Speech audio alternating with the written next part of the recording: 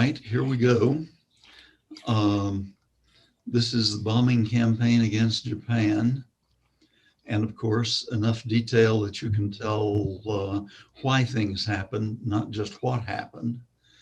This is B-29's bombing Japan late in the war, which is the phase that we're getting into here now. This was a naval war. Whoever controls the sea, if they really control it, is really going to win. They get as many men as they need.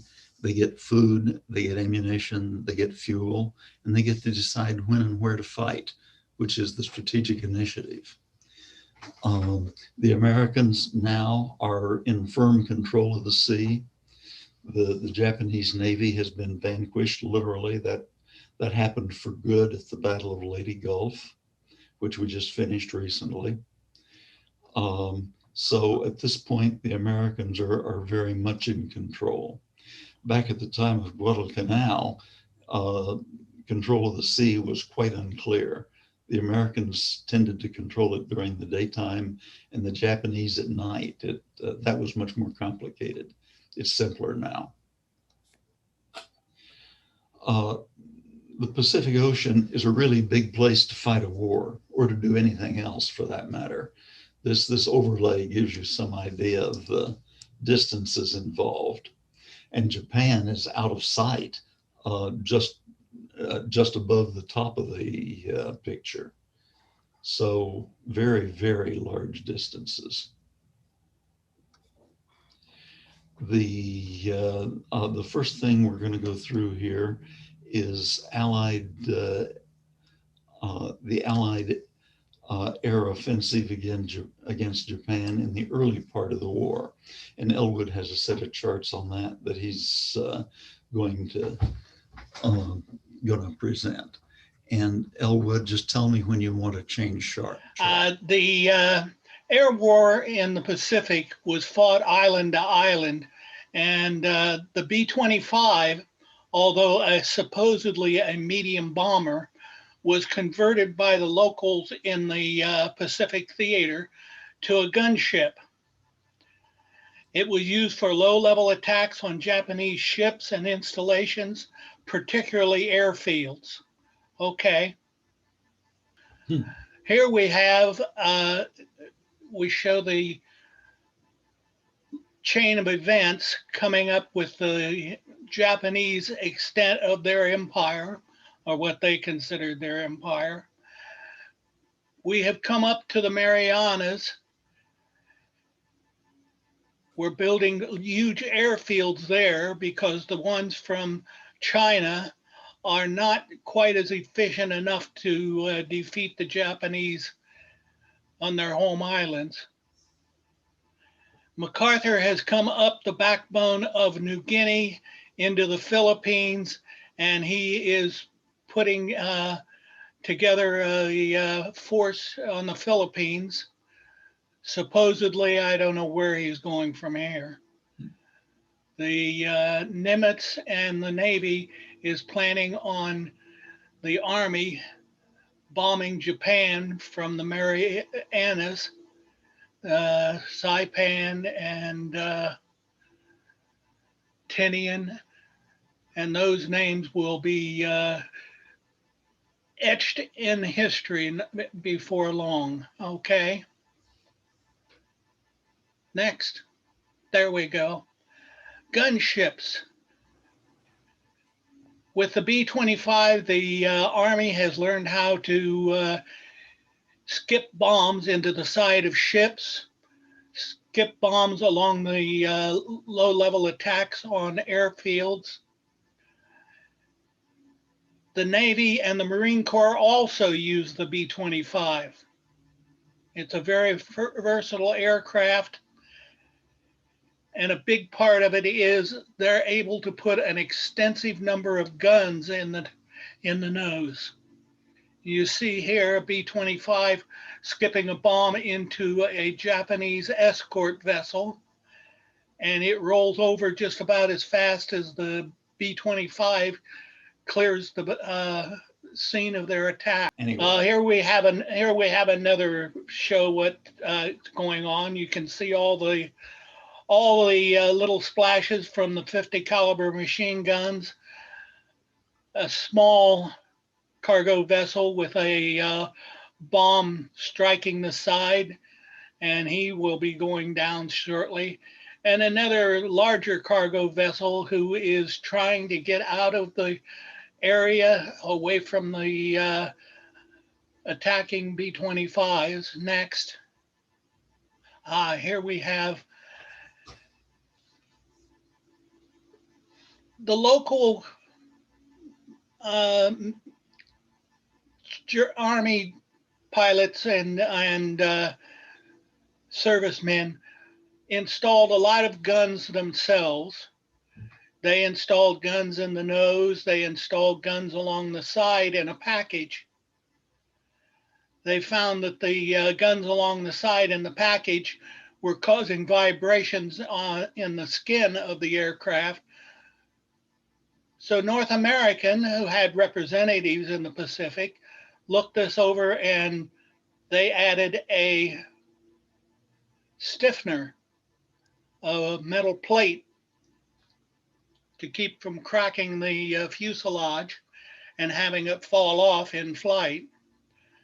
They also came up with a package of 8 50 caliber machine guns in the nose. Now we've got 2 on each side of the fuselage. This is a later aircraft where you see the turret gunner move from the back of the airplane to just behind the pilot and co-pilot. That gives them a total of 8, 10, 12, 14 guns that they can bring bear on a target in front of them. That's more guns than the B-20, B-17 and the B-24 carry. And here's what the condition looks like for those 8 guns in the nose. There's no bombardier anymore. The pilot releases the bomb from here on. Next. Low-level missions are somewhat hazardous, not only to the airplanes, but to the crews, as you'll see in a little bit. And airplanes get used up rather quickly. Next. Here we'll show you another B-25 bombing the Japanese. Over here, we have the 6 crewmen for the B-25. Behind them, there's security, base operations, there's maintenance, fueling, electrical, hydraulics, and medical support, which gives them about 13 ground personnel to support 6 flight crew in the air. That number is even worse for a bigger bomber. Okay, next, there we go. And here we have a 500-pound bomb, we think, or something, bouncing along the tarmac on one of the Japanese airfields. And you can see we've already got a Betty bomber here that's been gone over. And here we have one that's in a revetment. The revetment is walls to keep bombs like this from bouncing into some of their aircraft. All right, let's go next. Partnered with the B-25 is the A-20. It's a lot smaller aircraft, doesn't have as much range or as much carrying power, but it can get down low and go fast and skip a bomb into a side of a ship just as easily, which is something that they did very well. Originally, the A-20 carried 3 crewmen and had about 4 guns. Later versions, they put a twin 50 turret in the back and had 6 guns in the nose. They could carry a bomb or torpedoes. Okay. Here we have, you can see about how low they fly. He's just above this tree here, and there have been some that brought back trees with them. Next. Here we're dropping some bombs on an airfield. You can see the aircraft park in the area. Some of these are real aircraft. Some of them are mock-ups that the Japanese used to try and fool the pilots of the attacking aircraft. Okay, next. Oop, there we go. Here you can see the guns in the nose. You've got 4 directly in with 2 on the side here. And then you have a turret in the back, which gives the aircraft 8 guns, which is the same as a P-47. But he also carries bombs and only 2 crew members, whereas the B-25 carried 6 crew members.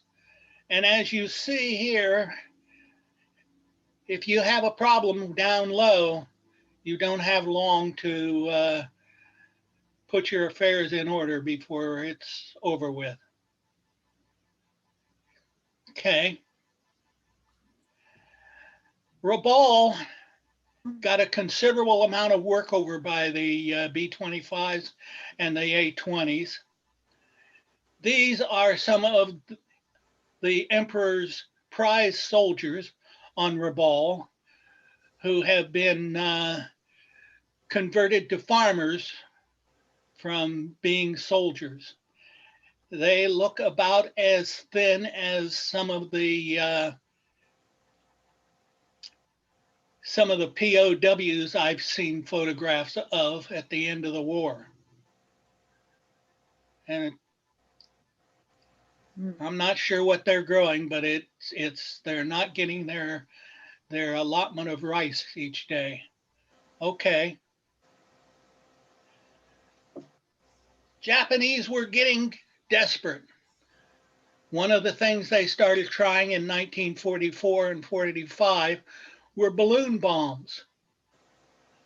Our people were still not quite aware of the jet stream.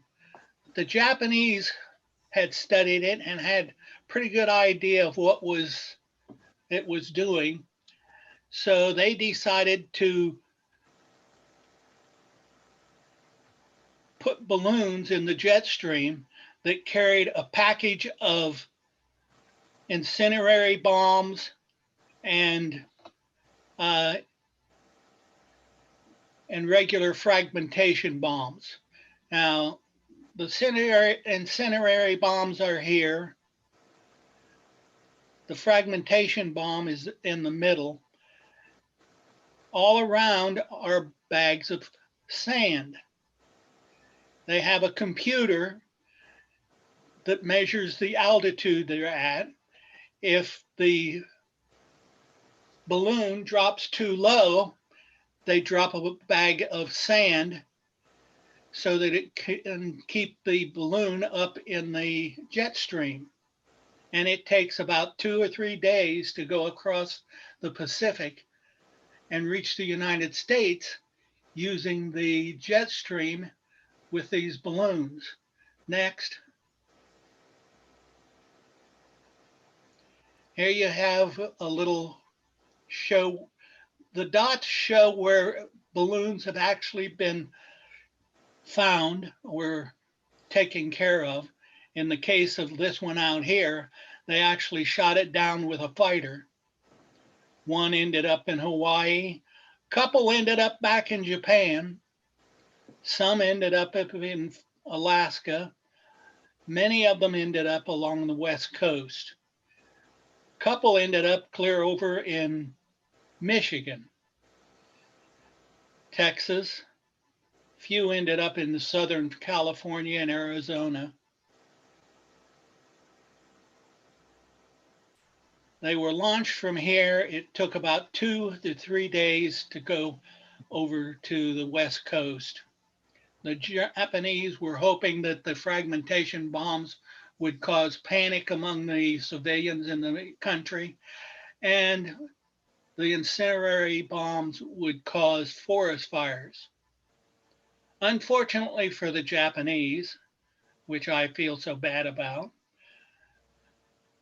they dropped the jet stream runs during the West Coast rainy season. So forest fires were not something that was going to happen much of. Okay. The designation for the balloon bombs was E-77. They were launched between 44 and 45.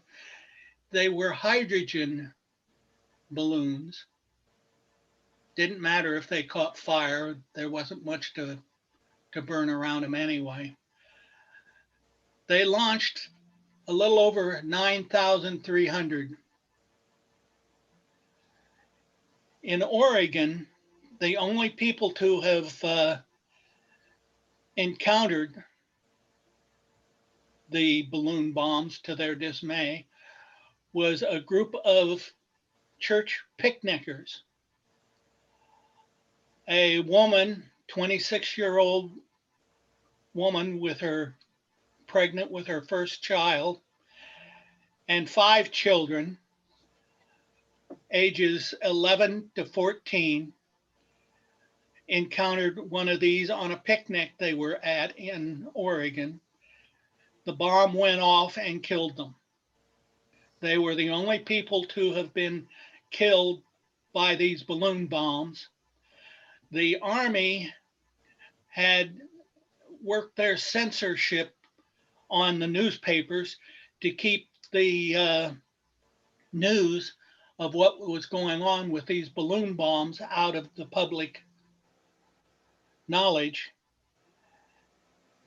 As a consequence, the Japanese, monitoring our radio broadcasts, did not hear anything about balloon bombs or forest fires, fragmentation bombs killing people or destroying property. So after a short time, they decided, well, this isn't working, so they stopped.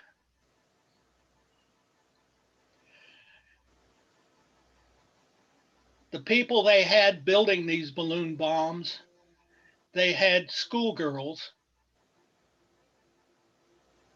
pasting paper envelopes for the balloon, and then they'd fill it with hydrogen, launch them into the jet stream. And as you see from the previous slide, a number of them did get to the United States, but there's still something in the neighborhood of 3,000 or more out there somewhere. And they are still deadly. The Canadian Forestry Department had a couple of employees find one of these in Canada in 2014.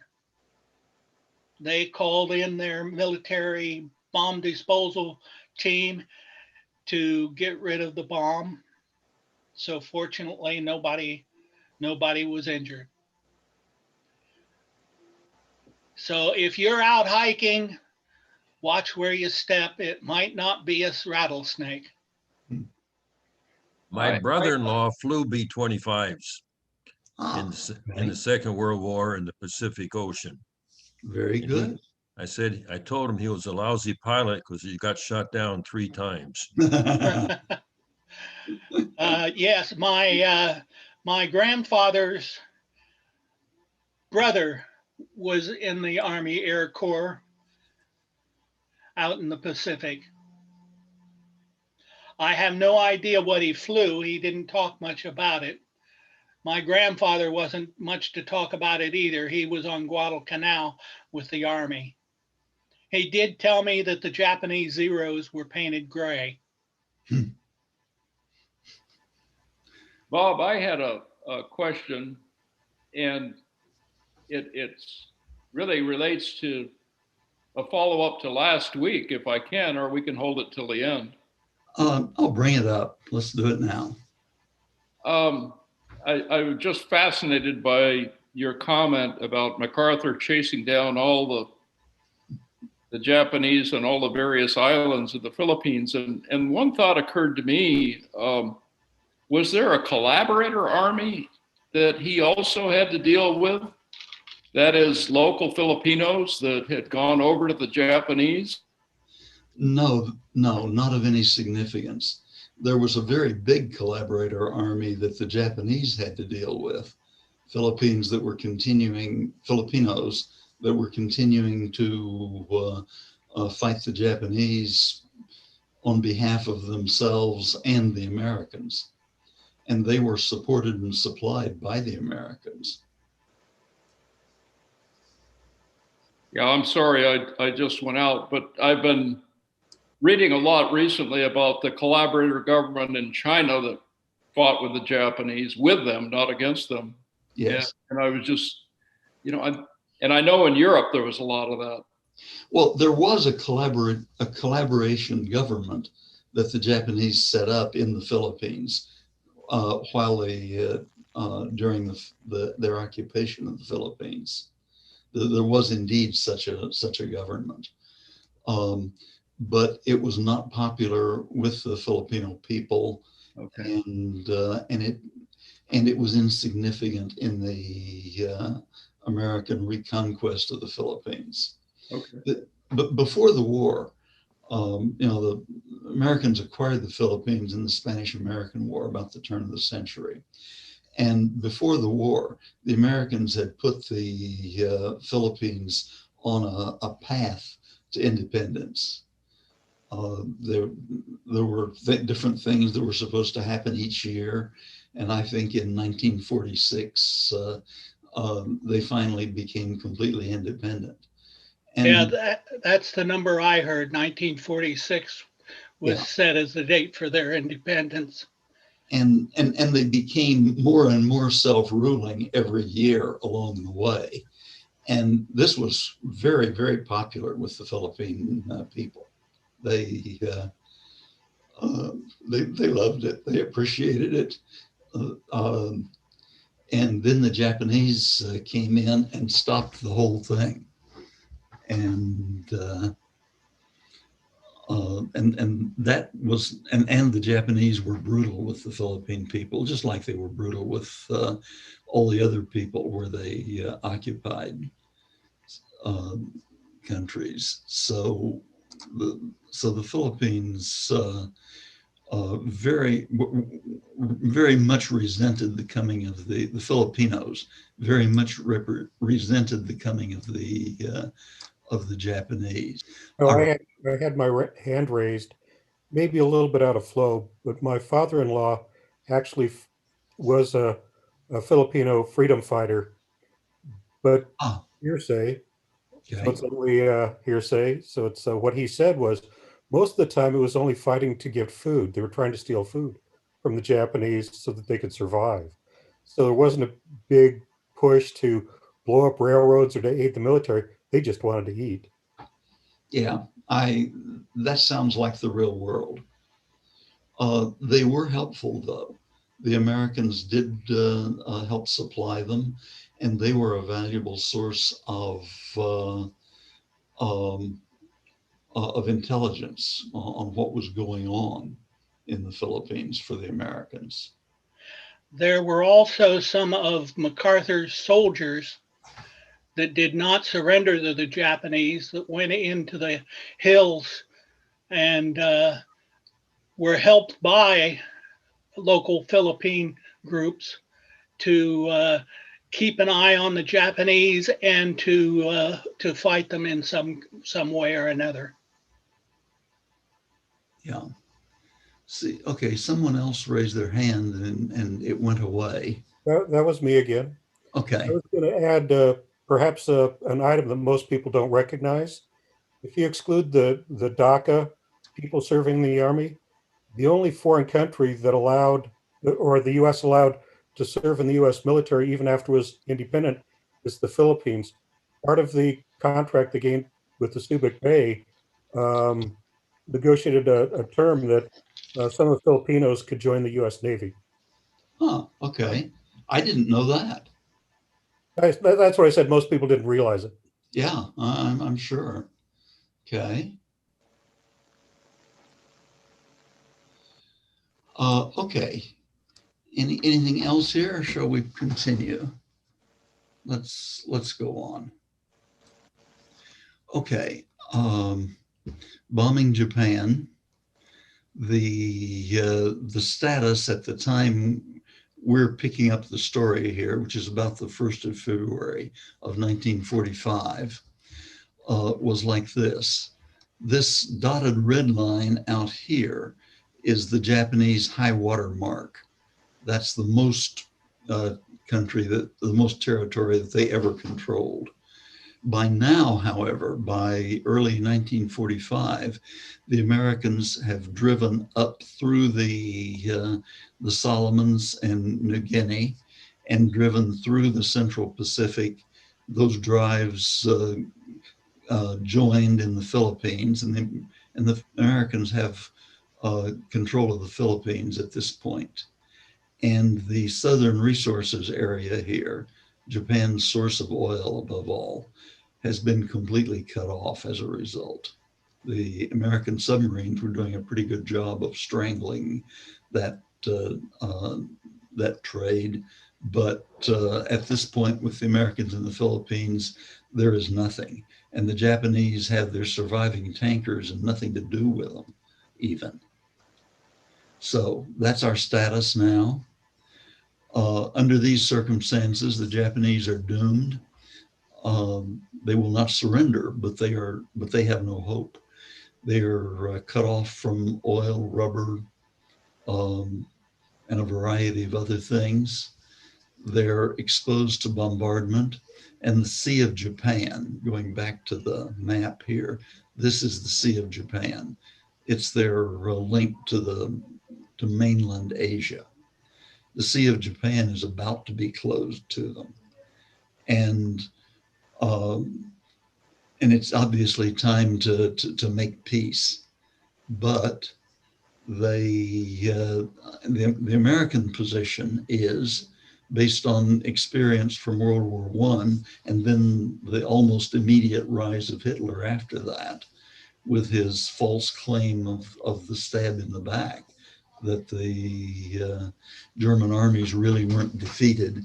They were stabbed in the back by the civilian authorities in the country, which was nonsense. It was part of the big lie, but nevertheless, Hitler succeeded in rising to power with that. You got to blame somebody. Yeah, that's right. The Americans, therefore, in World War II, the Americans insisted on unconditional surrender. And what they intended to do, given the power of a surrendered country, one that they can remake at will, is that they are going to remake it so that it won't be launching another war in just a few years. That was specifically the objective, and that's why the Americans insisted on unconditional surrender. They wanted to neuter the Japanese militarists, in fact. And Japan, at this point in time, when it's clear that they're losing the war, they would certainly have accepted a compromised peace. But The Americans would not. The Americans insisted on unconditional surrender. And the Japanese reaction to unconditional surrender, the Japanese army's reaction, was that we'll all die first. And when they say we all die, they mean everyone in the country will die first. And the Japanese army dominates the government. So what they say really does pretty much go here. So the Japanese at this point have really lost the war. They are doomed. Their economy, they're going to be transitioned from a modern military power into a primitive agrarian society that can't even quite grow enough food to feed their own population. That's literally what's happening right now. And the army controls the government, and the army is determined that they will not surrender. That's the status. I recommend this book, Toll, Twilight of the Gods. It's the third of his excellent trilogy on the Pacific War, and it's the later part of the war, the ending of the war. I also recommended it for the Philippines and Leyte Gulf, because this section on that is really excellent. But in this case, it's the sections that deal with the bombing of Japan. It's a great book. I recommend it. You can get it at most any library. They either will have it or they should be able to get it for you, or they would be able to get it for you. Easily available from Amazon, Barnes & Noble, anywhere else that you would look. Okay, air power. After World War I, a number of visionaries, more or less accurate visionaries, and more or less accurate is typical of visionaries, viewing the future as tough after all, if you want to be completely accurate. But a number of air power visionaries predicted the tremendous importance of air power in future wars. Notable names are Billy Mitchell, Giulio Douhet of Italy, Sir Hugh Trenchard of the UK. These men claimed that wars could be won through strategic bombing without an invasion. Some of them even maintained you wouldn't need an army at all, although how they're going to occupy a defeated country without an army is hard to see. But in any event, the claim was that you don't have to do these bloody, costly invasions. You can defeat an opponent in war with lower casualties and lower cost through simply air power, strategic bombing. And the US Army Air Force leadership were true believers in this religion. They believed in strategic bombing, and they meant specifically precision bombing, and precision bombing had to be done in the daytime because that's the only way you could see the targets accurately enough.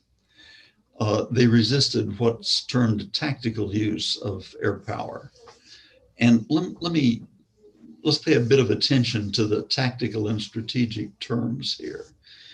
When you see the word tactical, or you can replace that with battle winning. Tactics win battles. When you see the word strategic, that means war winning.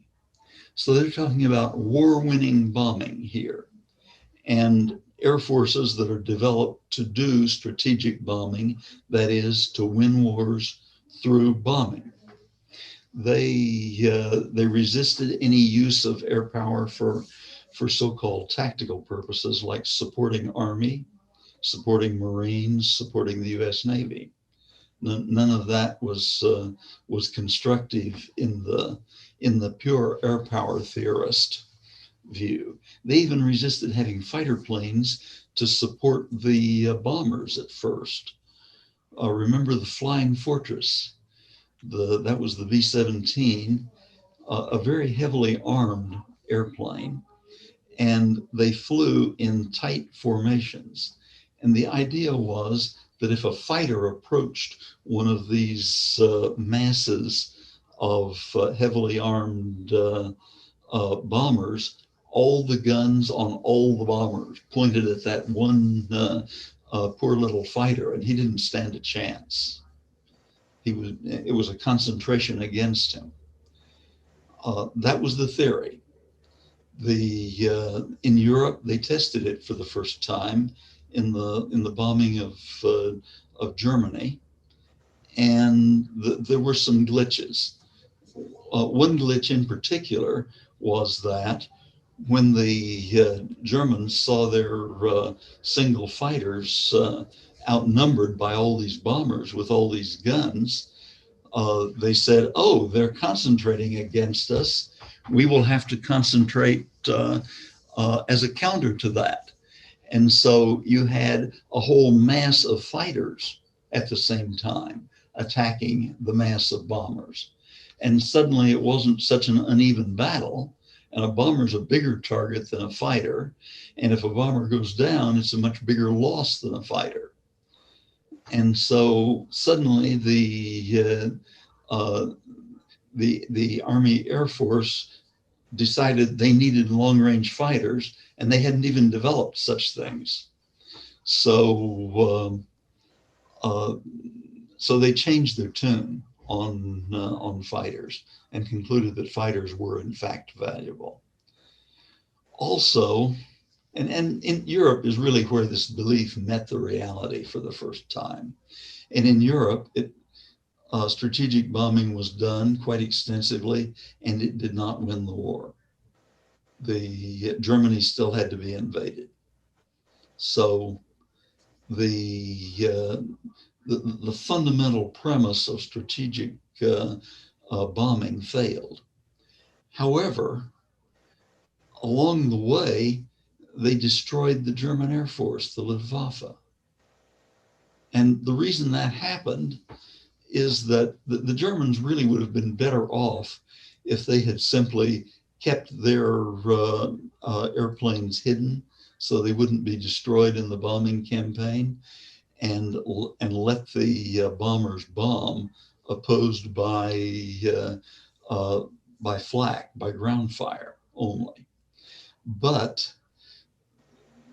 the American bombing of the American and British, the Allied bombing of Germany, put a great deal of pressure on the German people, and they responded with pressure on the German government.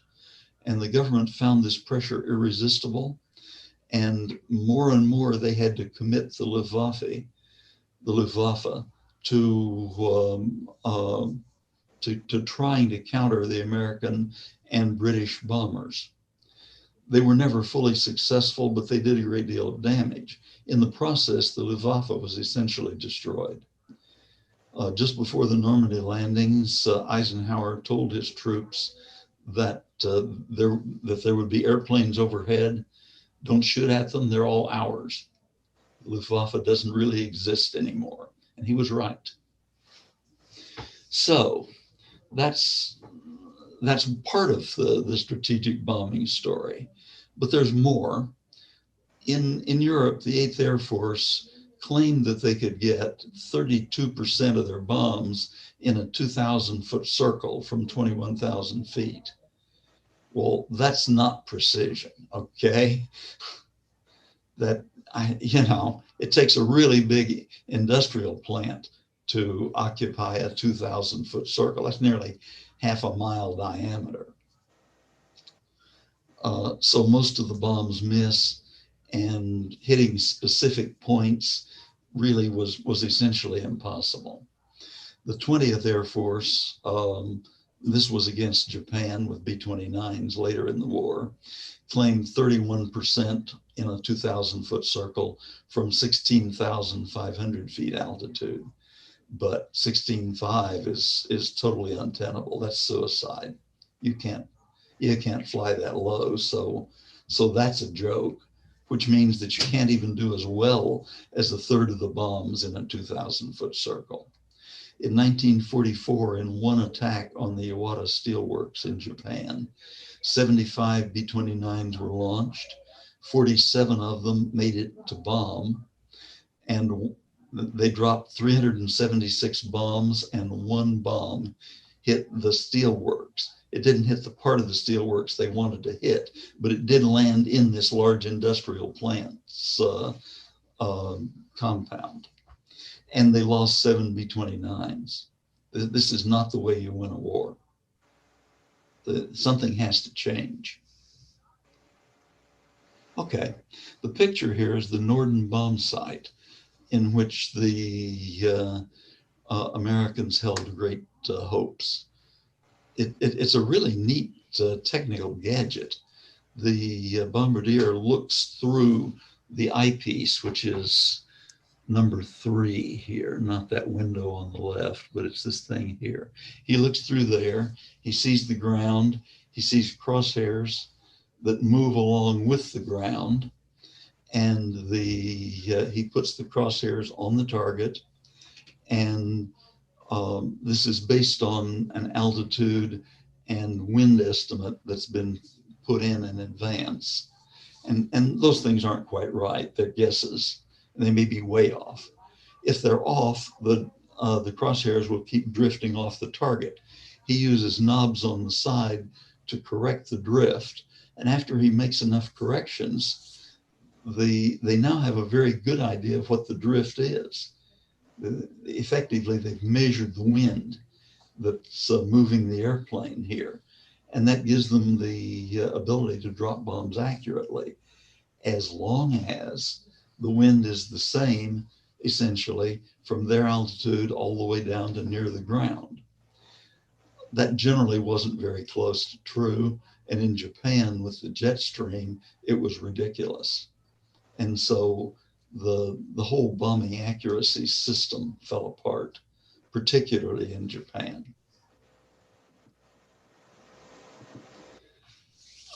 But an immense investment had been made. The B-29 program cost $3 billion, equivalent to $43 billion today. The Manhattan Project to developing the atomic bombs cost only $2 billion. The B-29 was more expensive than the Manhattan Project.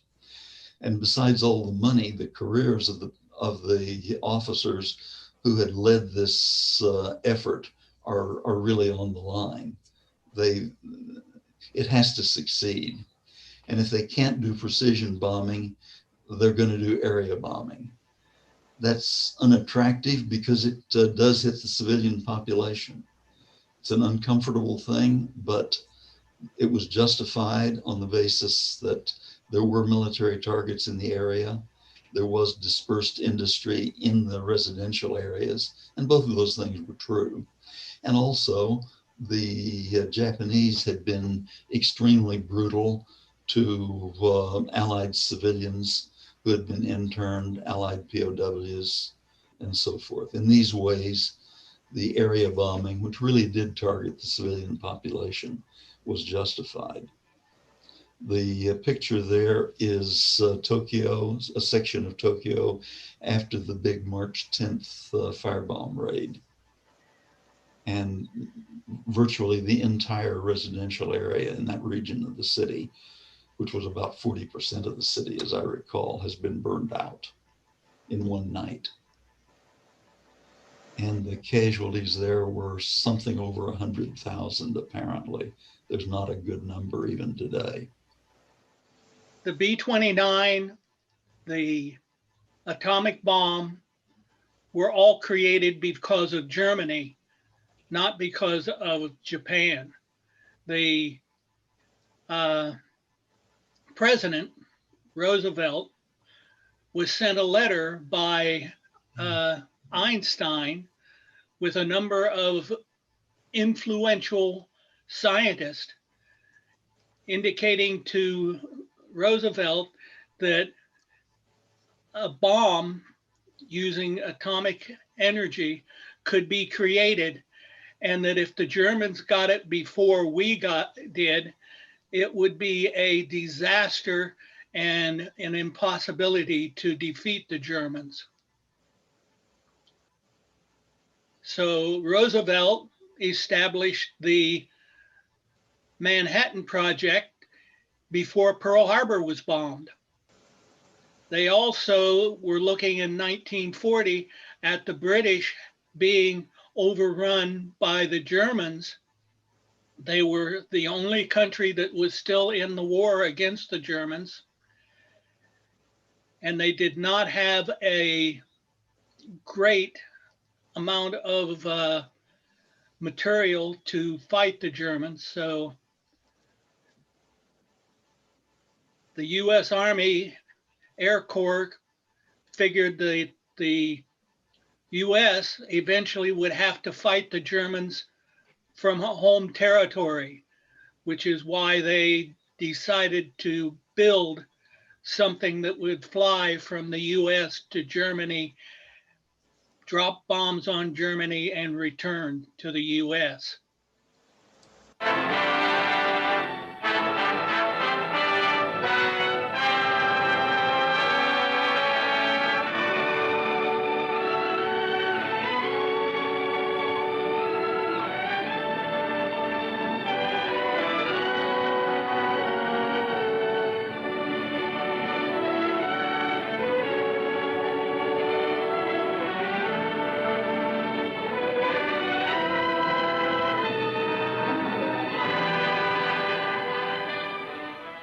This is where it began. Here, in the exact geographic center of the United States. Grand Island, Nebraska.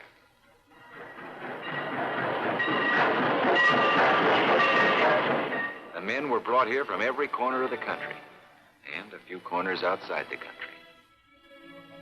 They were a hand-picked American mixture of draftees and West Pointers, of butchers, teachers, and bankers, of your sons, husbands, and fathers. They were men like Kenneth Gibson of Salt Lake City, who served in England at the Far East, who enlisted as a private and was now a full colonel. John Van Trigg of Ottawa, Illinois, and the South Pacific. Gordon Wong of Boise, Idaho, and Canton, China. Fred Montgomery, a B-24 gunner from the Aleutians. Harry Brand, a B-17 flight chief, decorated in the battles of Guadalcanal and Midway.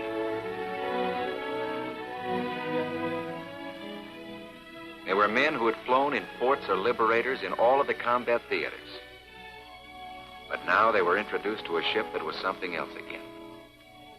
She was the B-29, the Superfort, with 2,200 horsepower in each of 4 engines, with a fuel capacity equal to that of a railroad tank car, a tail that climbed 2 stories into the air, a body longer than a Corvette, designed to carry more destruction and carry it higher, faster, farther than any bomber ever built before. And to complete this mission, that's exactly what she was going to have to do. The day they first took up a 29, the men felt like the Wright brothers all over again. Better be good, fella. Here goes $1 million on the wing.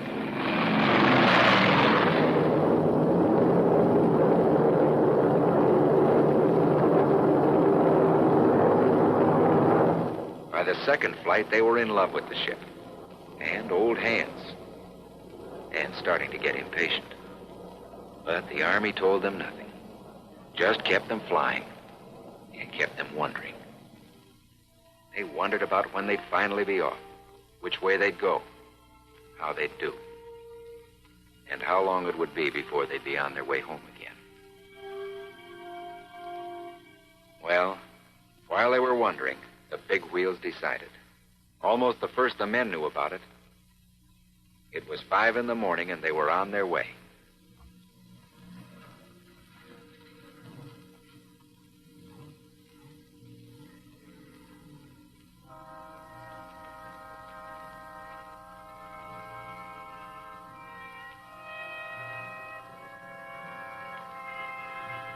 The chaplain gave each of the crews a St. Christopher medal. Christopher's the patron saint of travelers, he explained before he blessed them. And if there's one thing you boys are going to do, it's travel.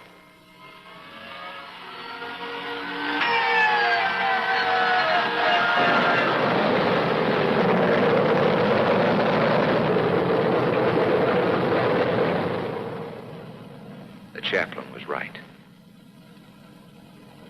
This was the takeoff for one of the greatest mass flights in history.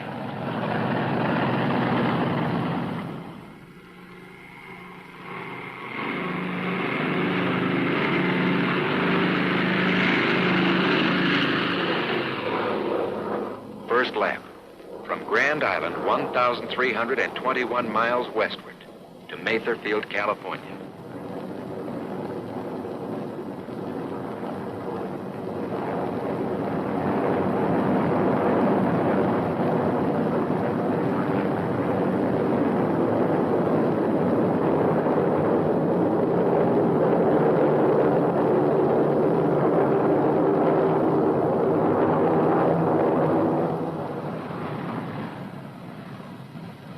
Mather Field was their POAE, Port of Aerial Embarkation. Here the crews had to go through a final production line checkup. Then they were ready for the second lap. From Mather Field to Pearl Harbor, 2,415 miles further west. When they passed over the Golden Gate Bridge, it was like having a door shut in their faces. So long, California. So long, USA. On this first open water hop, it was the navigators who were on the spot. With all their fancy equipment, their minds still had to make the final calculations. An error of 2 degrees would wind their ship up over nothing but ocean, with empty gas tanks.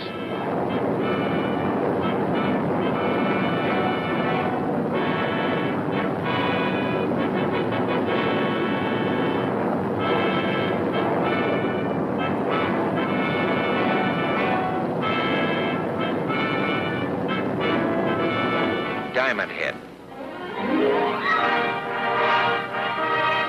Right on the nose. Good old navigator. The crews relaxed. Now they began to think about hula girls and the beach at Waikiki. At Pearl Harbor, however, they found themselves restricted to the airfield. The only hula girls they saw were painted on the doors of the PX. For something much bigger was in the making. In an office on that same field, a new bomber command was being born. The 21st, Brigadier General Haywood Hansel commanding, to include all the planes and all the crews that had left Nebraska. Hansel conferred with Lieutenant General Millard Harmon, General Arnold's deputy for B-29 activities in the Pacific. And the details were set for the 21st Bomber Command's initial strike. After briefing next morning, General Hansel and the men left Hawaii. Their final base was no longer a mystery. 4,000 miles farther west, with only one refueling stop on the way, lay the island of Saipan. Less than 4 months before, it had still been in the hands of the Japanese. That was something for the men to think about. It was for them that the Battle of Saipan was fought. For a base big enough to hold their B-29s.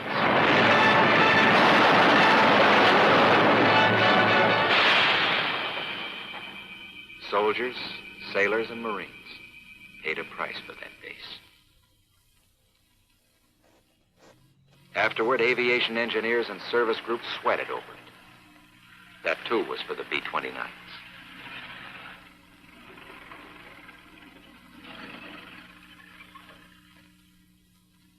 Realizing it made every man anxious to get there, to make Saipan pay off.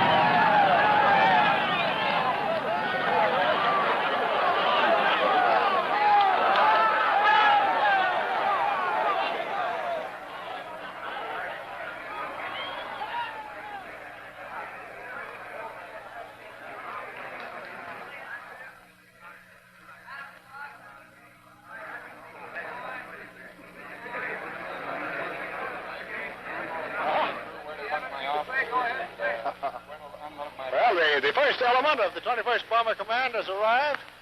When we've done some more fighting, we'll do some more talking. Thank you.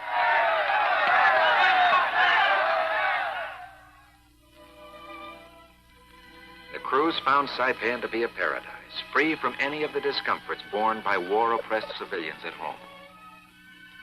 Plenty of airy apartments, nicely decorated. Adjoining showers. No long lines at the local barber shop. Reasonably priced concerts. Private beach club. And elegant sun deck. Only trouble was, their neighbors got a little noisy.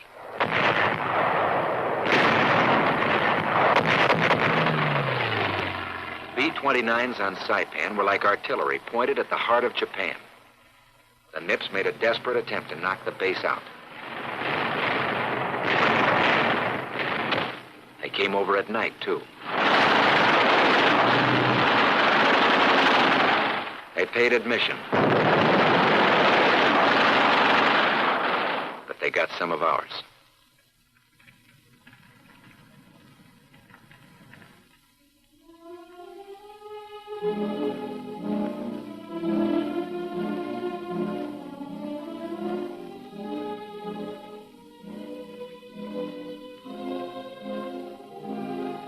The Japs might just as well have tried to stop Niagara Falls.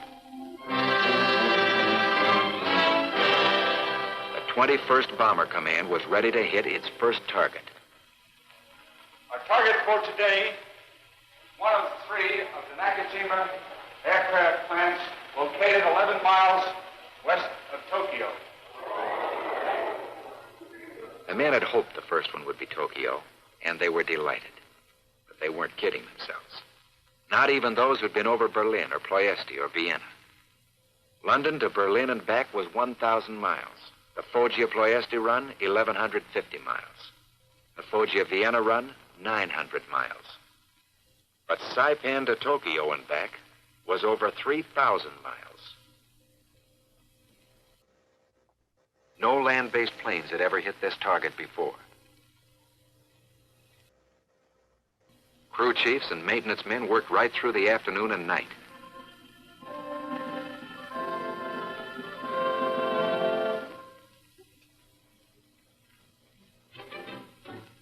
The ordnance men fused the payload. Dawn. The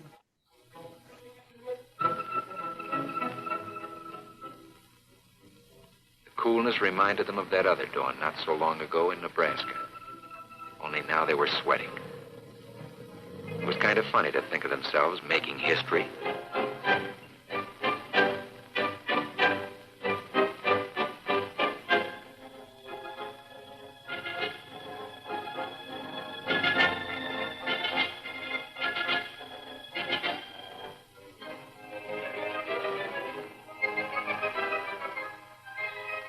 The lead ship was A-Square-1, Dauntless Dottie. Its pilot was Robert Morgan. Its bombardier, Vince Evans. Remember them? They were the pilot and bombardier who flew 25 missions over Germany in a B-17 called the Memphis Belle. 5 o'clock. Back home, you'd have been turning over for another couple hours sleep, or just coming in from a date.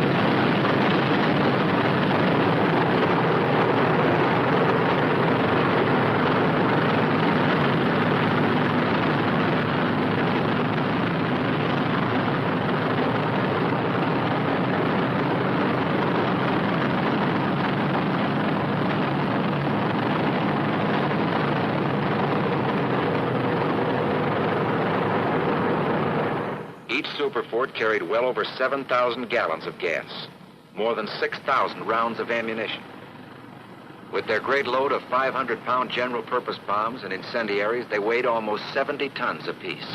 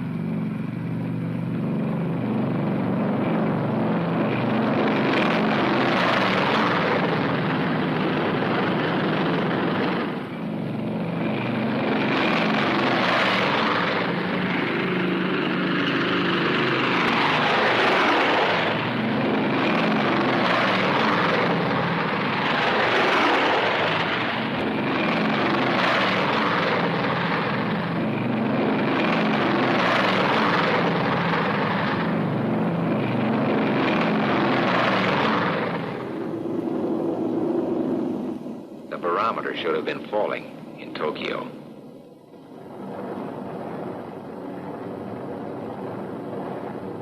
This was the final lap of the long mission. Over 10,000 miles, almost halfway around the world, to return a visit that had been paid to Pearl Harbor 3 years before. Pearl Harbor was on their minds now.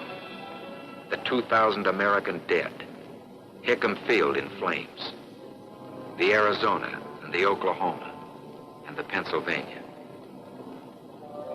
There were other things on their minds. There was the triumphant feeling of being the first, the advance guard of a long procession of superforts that would smash Tokyo. There was the grim satisfaction of making the Nipponese High Command eat its words. Tokyo, the Japanese High Command had broadcast, is out of range of land-based American bombers. There was the uncertainty, the fear of the unknown. 1,600 miles lay between them and their target. What kind of a defense would the Japs put up? How much flak? How accurate? 1,600 miles lay between the target and getting back to Saipan. How many of them would get back? They recalled very clearly the fate of the Doolittle flyers who had crashed in Japan and been captured.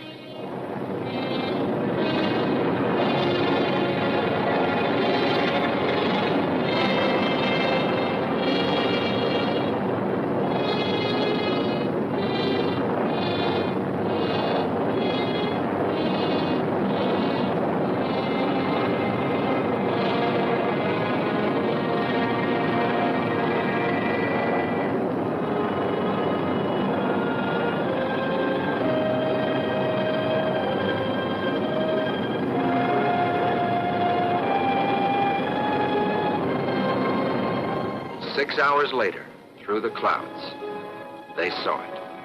Fujiyama, ancient symbol of Japan. Here come some modern symbols. Phosphorus bombs and flak and fighters.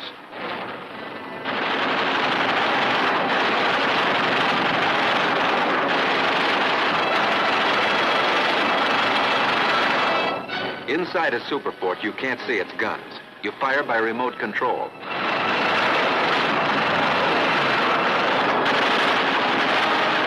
But the guns are there.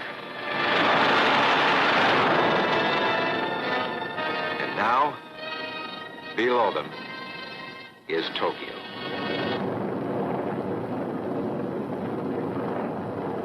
Within a radius of 15 miles of the Imperial Palace live 7 million Japanese. A people we used to think of as small, dainty, polite, concerning themselves only with floral arrangements and rock gardens and the cultivation of silkworms. But it isn't silkworms, and it isn't imperial palaces these men are looking for. In the suburbs of Tokyo is the huge Nakajima aircraft plant.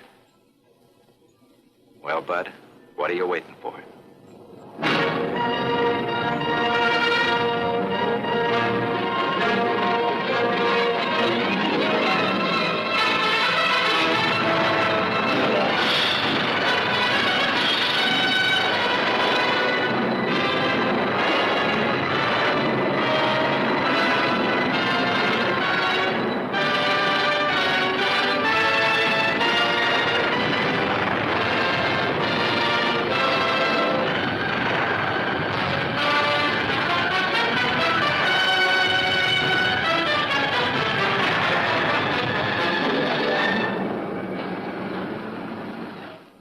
The B-29s that had taken off at dawn, all but 2 got back to Saipan that night.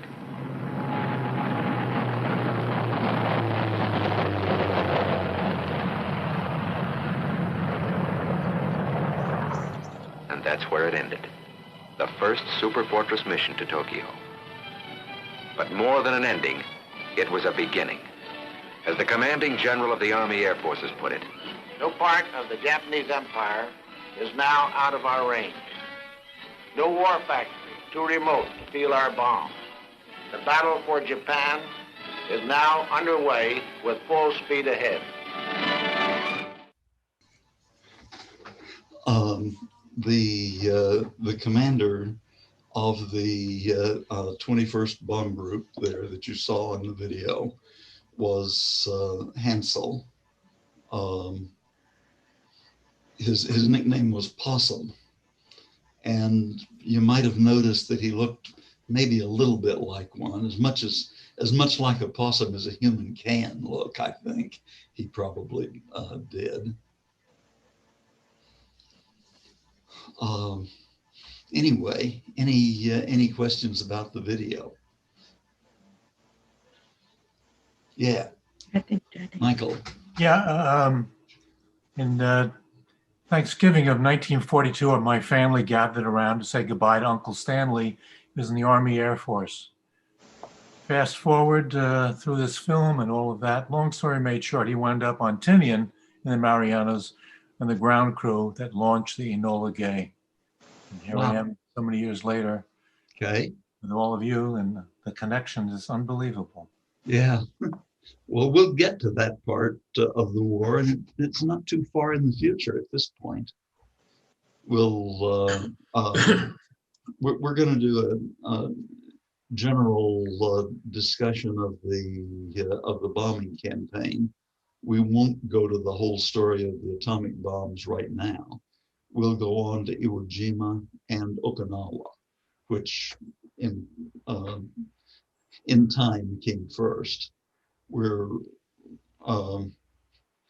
We can't do everything in completely chronological order. It gets too choppy. That's why we're staying in the Pacific when there's a war that's been going on in Europe for many years. They're really separate theaters, and what happens in one is pretty much independent of the other.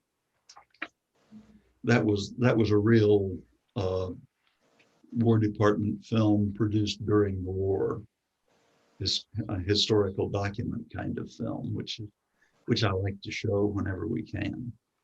That was the voice of Ronald Reagan, by the way, was the narrator. Yeah, it was. That's right. Yes. Yep, he narrated it. That's true. Forgot that. Thank you. Anything else? You know, you think about those long trips. I've done a lot of commercial military flying and private flying, and you time they take off early in the morning and come back late at night. That's one heck of a lot of hours of boredom. You bet it is. Yeah, most of it is absolute boredom. You know, you just sit there and you say, "What in the world am I doing?" Yeah, a friend of mine who had flown P-38s in the war many years ago described the war as many hours of boredom punctured by a few seconds of pure terror. Mm-hmm. And yeah, not far wrong. Okay, anything else? All right. I want to give you just a quick history of the B-29s. You know, that video was one short sequence, but there's a long story, and we've got another video that's much longer, too long to fit into the available time here now by far, but which does go through the whole story. But they started with bases in India, northern India, and an advanced base in Chengdu in central China, under the control of Chiang Kai-shek's forces. That was the 20th Bomber Command, headed by General Wolfe. It was a really difficult situation in many ways, and Wolfe was a better engineer than he was a better field commander. And so after a while, they sent him back to the States to help work out the bugs that remained in the B-29s, of which there were many, above all in the engines. The airplane was rushed through development and rushed into service. And as a result, a lot of things that should have been fixed in the development program were still unfixed. And the airplanes went out to advanced bases, followed by shipments and shipments of mod kits to fix various issues. And some of those issues resulted in losses of airplanes, particularly due to engine failures. But in any event, headed by General Wolfe and then by LeMay. And LeMay was one of the best field commanders in terms of getting things done, making them really happy that that ever existed in World War II, or any other war for that matter. However, the logistics were over the hump, they called it, over the Himalayas, peaks above 30,000 feet. And it was frankly impractical. They would load the airplanes with bombs in India, and then they'd, and of course, fuel fully, and then fly them over the hump and land in Chengdu and fuel up there.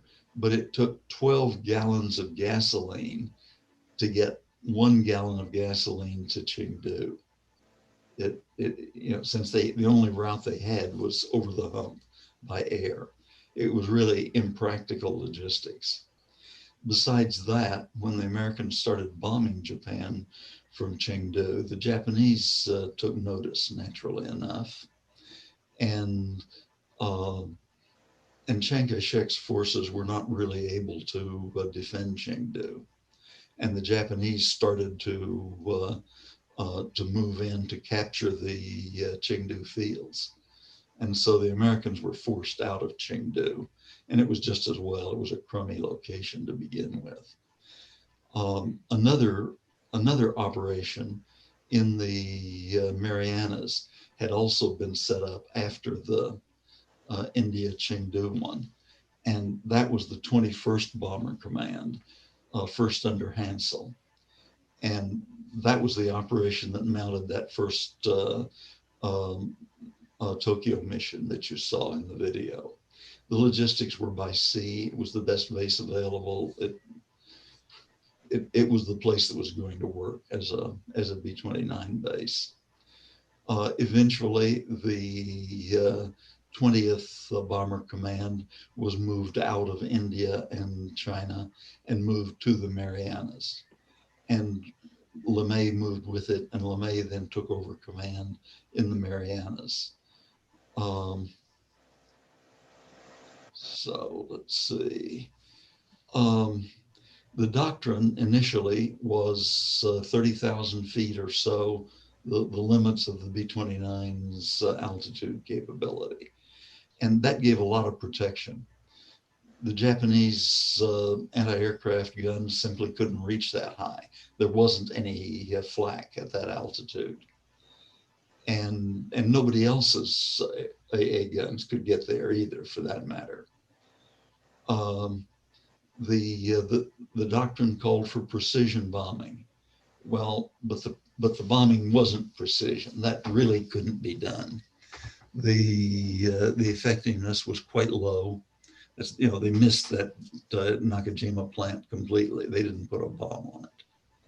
The wind, the Norden bomb site functioned based on the idea that the wind is constant from where you are to nearly to the ground. Not remotely true, particularly in Japan with jet streams. It wasn't remotely close. And bombs would land a quarter mile, a half mile, a mile away from the target pretty typically. Also, visual bombing didn't really work very well because you couldn't see the ground most of the time. Only on very rare occasions would clouds let you see the ground. So that was a further complication, as though any more were needed. And the suggestion was from headquarters, use incendiaries, go to area bombing. That had been tested. They built a model Japanese city section on a base, I think in Utah, and bombed it with incendiaries, and it was highly effective. The Japanese construction was exceedingly flammable. Hansel resisted doing the area bombing. LeMay was willing to do it, but he made a number of other changes. He didn't just go to area bombing. He lowered the altitude to the 5,000 to 8,000 foot range, normally suicide, but in order to make it acceptably safe, do it at night. And because you couldn't really see to shoot at interceptors, at fighter airplanes, and the Japanese didn't seem to have night fighters to speak of anyway, certainly not any of any efficiency. He removed all the guns, the ammunition, and the gunners except for the tail gun. Made a big weight saving. The lower altitude reduced the stress on the engines and helped work some of the engine reliability problems that had dogged the B-29. And with the reduced weight, you can carry more bombs. So it was one of those things that helps in, you make one move and it works a lot of problems for you. And those things are good. The big winners are usually like that. Another question or comment? Sure. I don't know that I'm accurate, but is it true that the incendiary raids by LeMay over Tokyo, etc., caused many more casualties than the Hiroshima bomb? That is true. It is true. The first incendiary raid, which was under LeMay, it was the one based on his let's change everything approach. That caused more casualties than either of the atomic bombs. Right. Might have caused more than both of them, but certainly more than either. Later incendiary raids did not cause that many casualties. They caused a lot, but they didn't cause as many as that first one. You were dealing with a lot smaller cities. In that case, it wasn't a city the size of New York like Tokyo is. That's true, but another factor, and probably an even bigger one, was that Japanese plans, instructions, orders to the population were that if there are incendiary bombs, you fight the fires. When an incendiary bomb lands, it starts just a little fire, and if people get to it quickly, it can be put out quickly. But the Tokyo raid and the American B-52 fire raids in general started so many fires that really didn't work. And people being ordered to stay to fight the fires resulted in a lot more casualties. The Japanese changed the rules and said run for your life. And that reduced the casualties dramatically. Were there incendiary raids on other cities besides Tokyo as well, low altitude and so on? They Yes. bombed 67 cities. Yeah, many. Wow. Okay. But the loss of life in the initial Tokyo raid was by far the greatest. I guess over half the city was destroyed too, or something like that. That was 40%, close to half. They have a list of all the cities that were bombed. And in that list, they compare the size of the city with an American city. And then they show a percentage of the city that was destroyed. Yeah. And Tokyo was raided other times as well. Mm-hmm. But not but the first raid was the biggest and was the deadliest. The first raid hit the most vulnerable section of the city. There's no mystery about it. And the people had orders at that point to stay and fight the fires. And after that, the most vulnerable area of the city was gone. It had been burned. So the other areas were less vulnerable, and the people had been directed to run. 3 days after the firebombing of Tokyo, the emperor had a motorcade that went through to review the city and the destruction. He made no move to surrender at that time. Mhm. Yeah, as of the firebomb raids, the Japanese were determined to fight to the bitter end. Okay, we'll see you in 2 weeks then. Thank you very much. Thanks, guys. For all your good work. Very good. Good job. We learned a lot. Thank you. Thank